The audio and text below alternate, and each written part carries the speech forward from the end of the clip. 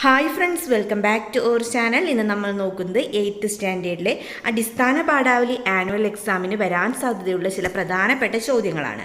Okay കൂട്ടുകാരെ, നമുക്ക് first question എന്താണെന്ന് നോക്കാം. മത്സരബുദ്ധിയോടെ ഞാൻ വേഷഭൂഷാദികളെ നോക്കിയിട്ടില്ല. ആരുടെയും കല്യാണത്തിന് പോകുമ്പോൾ നല്ല കുപ്പായവും ട്രൗസറും വേണ്ടേ? അതായിരുന്നു എൻ്റെ മനസ്സിൽ. ടിയുടെ അനുഭവക്കുറിപ്പിലെ ഒരു കഥാപാത്രമായി മാറുകയാണ് കുപ്പായം. പാഠഭാഗത്തിൻ്റെ അടിസ്ഥാനത്തിൽ പ്രസ്താവനയോടുള്ള പ്രതികരണം വ്യക്തമാക്കുക.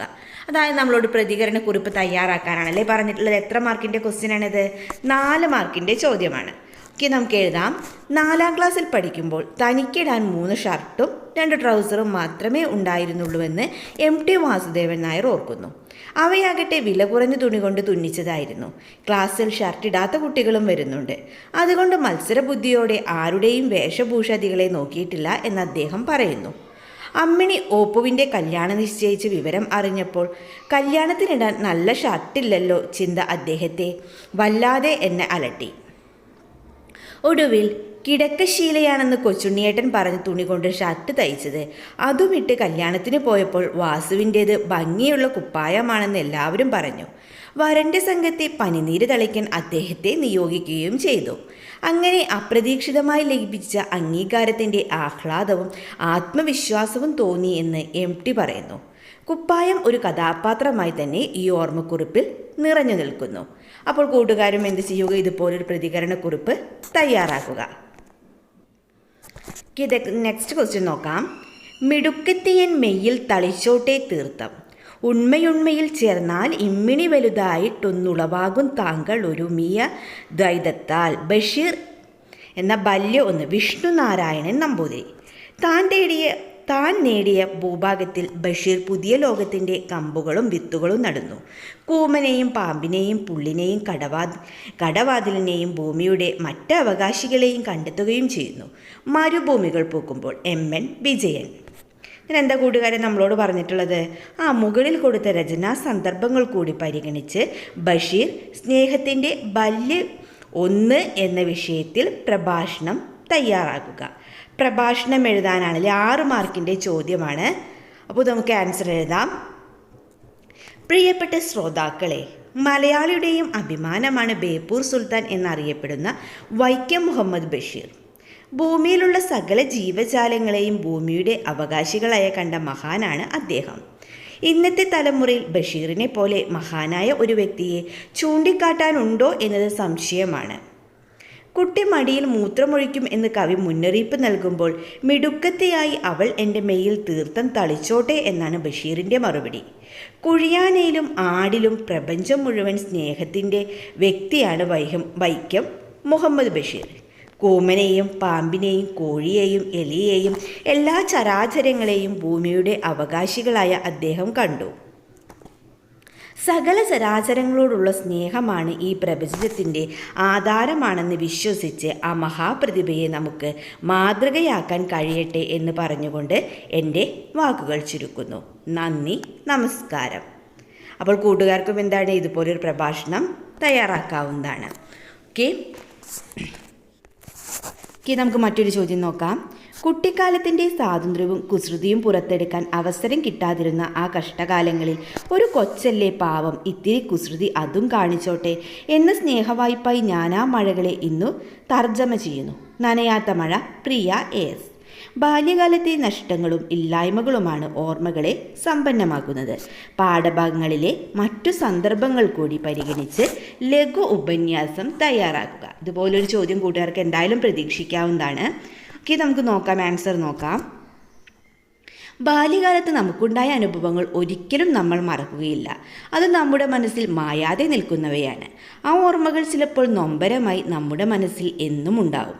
കുട്ടിക്കാലത്ത് കല്യാണത്തിന് പോകാൻ ഒരു നല്ല കുപ്പായമില്ലാത്തതിനാൽ വിഷമിച്ച ടി വാസുദേവൻ നായരെയാണ് കുപ്പായം എന്ന പാഠഭാഗത്ത് കാണാൻ സാധിക്കുന്നത്. നല്ല കുപ്പായമില്ലാത്ത അവസ്ഥയാണ് ഹൃദയസ്പർശിയായ ഈ ഓർമ്മക്കുറിപ്പിന് ആധാരം. അസുഖങ്ങൾ നിറഞ്ഞ ബാലകാലത്ത് മഴ നനയാനോ മഴയിൽ കളിക്കാനോ പ്രിയ എസിനെ വീട്ടുകാരും അധ്യാപകരും അനുവദിച്ചിരുന്നില്ല. എങ്കിലും സ്കൂളിൽ പോകുന്ന സമയത്ത് പെയ്യുന്ന മഴ കുട ചായ്ച്ചു പിടിച്ച് അവർ വസ്ത്രങ്ങളിലേക്ക് കഴിയുന്നത് ഏറ്റുവാങ്ങുമായിരുന്നു. വസ്ത്രങ്ങൾ നനയുന്നത് മൂലം ഉച്ചയൂണ് കഴിഞ്ഞ് സ്കൂളിലേക്ക് തിരിച്ചു പോകുമ്പോൾ നനഞ്ഞ വസ്ത്രം മാറ്റി മറ്റൊന്നണിയുന്നതും പതിവായിരുന്നു. അങ്ങനെ മഴ കൊണ്ടുവരുന്ന മഴവില്ലിനും വസ്ത്രം മാറ്റത്തിലൂടെ കൈവരുന്ന മഴവില്ലിനും താൻ ഉടമസ്ഥയായി എന്നാണ് എഴുത്തുകാരി പറയുന്നത്.